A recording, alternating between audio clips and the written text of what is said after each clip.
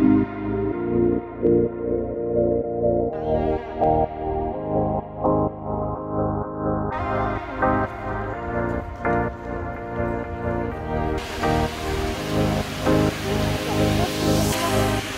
on tight, I'm on my way. 'Cause everything's perfect when I'm with you. But love is just a game you play. Здравейте, приятели! Аз съм Зори и като чуя Милано се сещам за шопинг. Шегувам се. Милано е много повече от това. Останете с нас до края.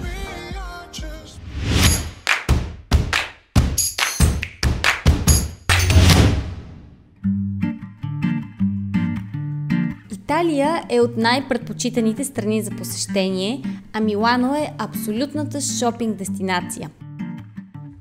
Но освен шопинг, града може да предложи и много интересни места за посещение, вкусна храна и красива архитектура.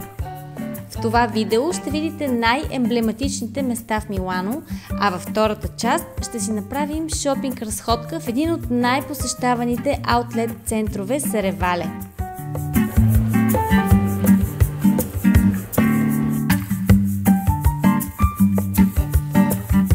Милано притежава богато архитектурно наследство, но между старинните сгради се открояват много нови и модерни сгради.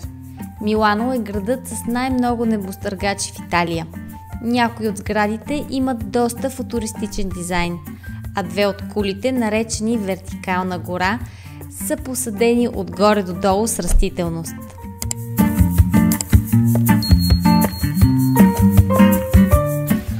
Ако тръгнете по Вия Данте от Пиаца дел Дуомо, ще стигнете директно до замъка Сфорца. Това е един друг емблематичен паметник на Милано.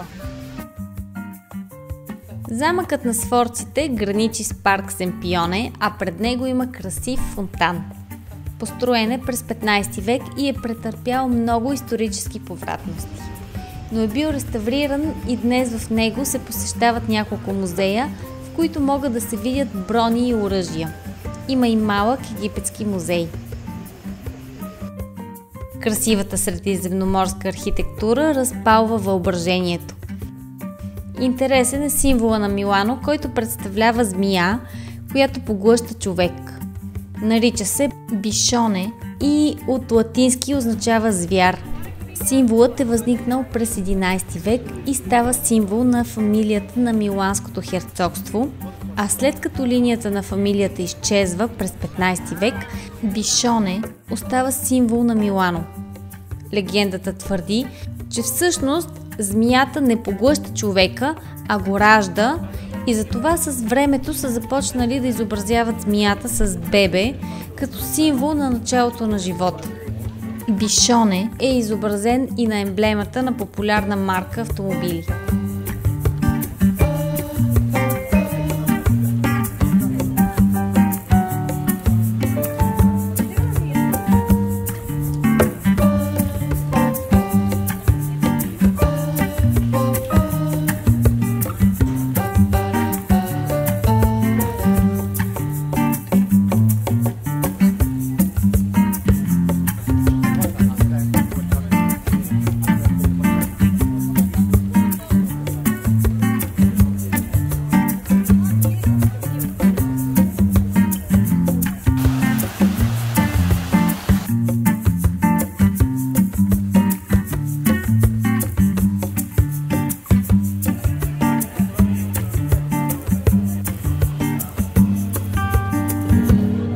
Точно пред фасадата на Миланската катедрала може да посетите галерия Виторио Емануеле.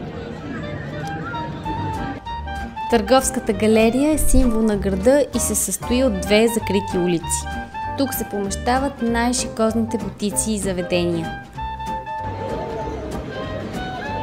Мястото е много фотогенично, красиво и светло с великолепен купол от стъкло и желязо. Галерията е сочена за първия мол в света. Носи името на италианския крал Виторио Емануеле, който я е открил през 19 век. Историята за построяването е доста интересна. В миналото градът е гледал с завист индустриалната революция в другите европейски столици и е искал да бъде на тяхната висота. Виторио Емануеле обявява конкурс за архитекти за построяването на най-впечатляващия търговски център по това време. Италианският архитект, който печели амбициозния конкурс, загива трагично, падайки от покрива точно преди откриването й. Но въпреки това е успял да види успеха, който жъне неговото творение. Жителите на Милано първоначално не харесали галерията, но скоро се влюбили и я превърнали в предпочитано място за срещи. Неделя вечер е, магазините все още работят, ресторантите са пълни с хора, нещо, което в Западна Европа, във Франция и в Швейцария няма как да се случи. Там в неделя всичко е затворено, а в Милано е пълно с хора.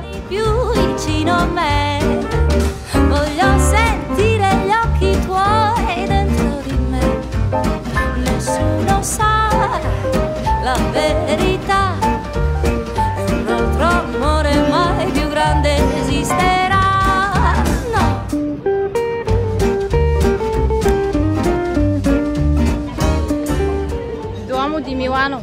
Най-добрата отправна точка на туристите в Милано, както и символа на града. Миланската катедрала е най-големият готически храм в света и втората по големина католическа катедрала. Работата по нея започва през 1386 година и продължава близо 600 години. Архитектурата спира дъха на всеки посетител с многото си готически кули, а площадът пред нея е мястото за срещи.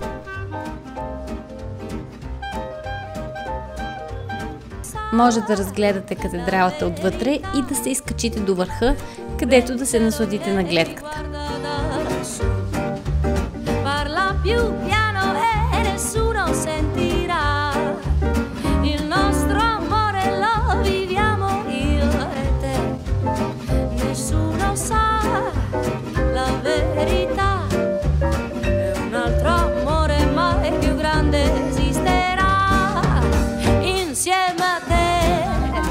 Сложната архитектура на Миланската катедрала е изградена от бял мрамор.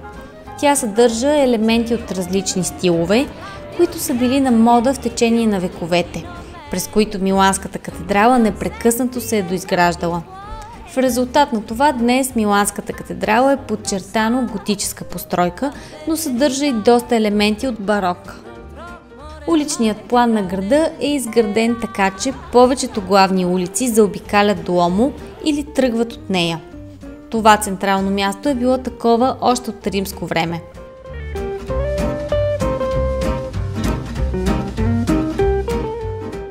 Всеки може да си осинови чудовище от архитектурната украса на Дуомо. Това е възможно като част от кампания за набиране на средства за реставрация на символа на Милано. Цената на едно чудовище достига 100 000 евро.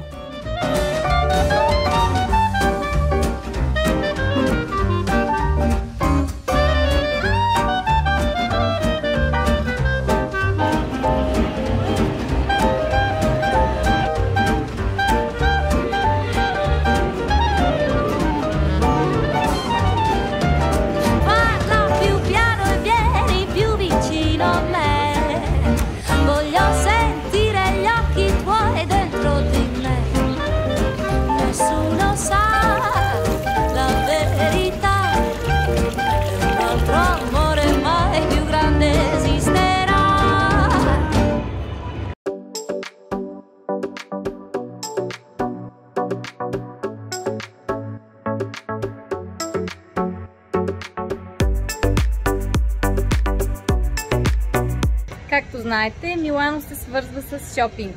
Ако искате да се насладите на покупки от най-висок клас, без да се разорите, може да посетите някои от аутлетите. Ние решихме да посетим Саравале.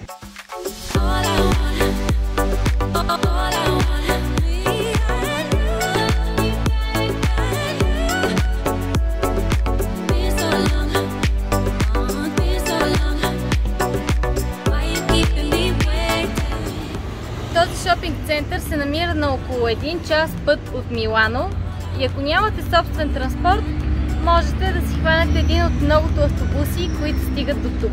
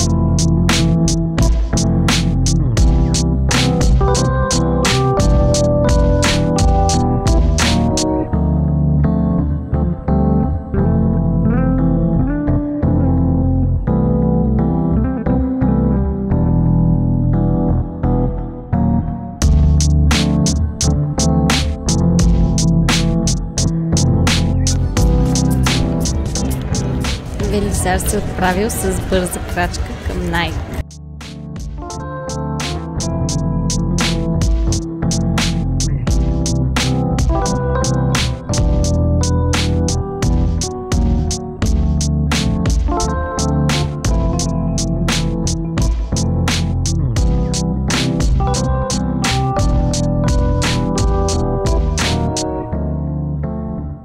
Повечето маратонки са между 35 и 40 евро.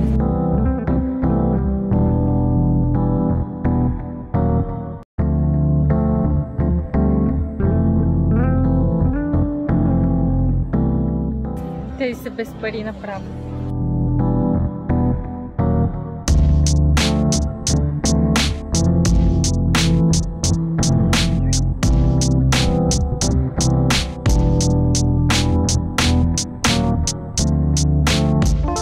Чанта фурла за 179 евро, но черното не е точно любимия ми цвят за чанта, нито винено-червеното. Тези са доста по-свежи в цветове. Този колан не е лош, но не е точно моят цвят. Само 60 евро, намаление на половина.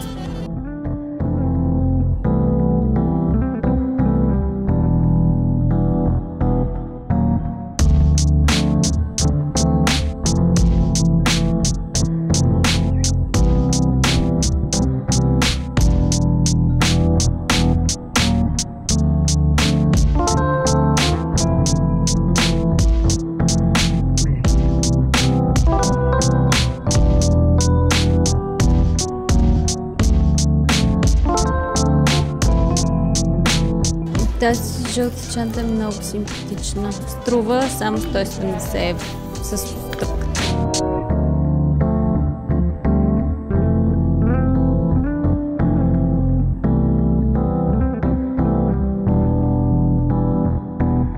Купих си някои неща от една моя любима марка и съм много щастлива.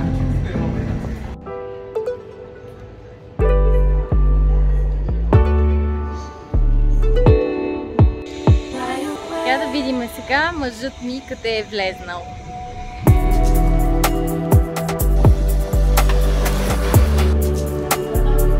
Бонжорно! Как е положението?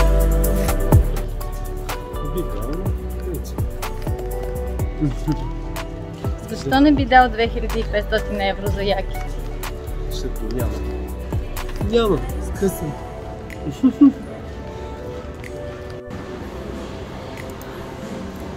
Бижута фосил.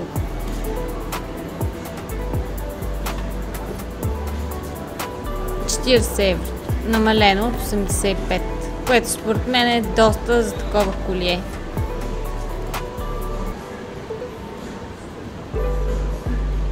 Има и доста часовници в Фосил е хубава марка часовници от по-ниско бюджетните. Какво не ти харесва на очилата?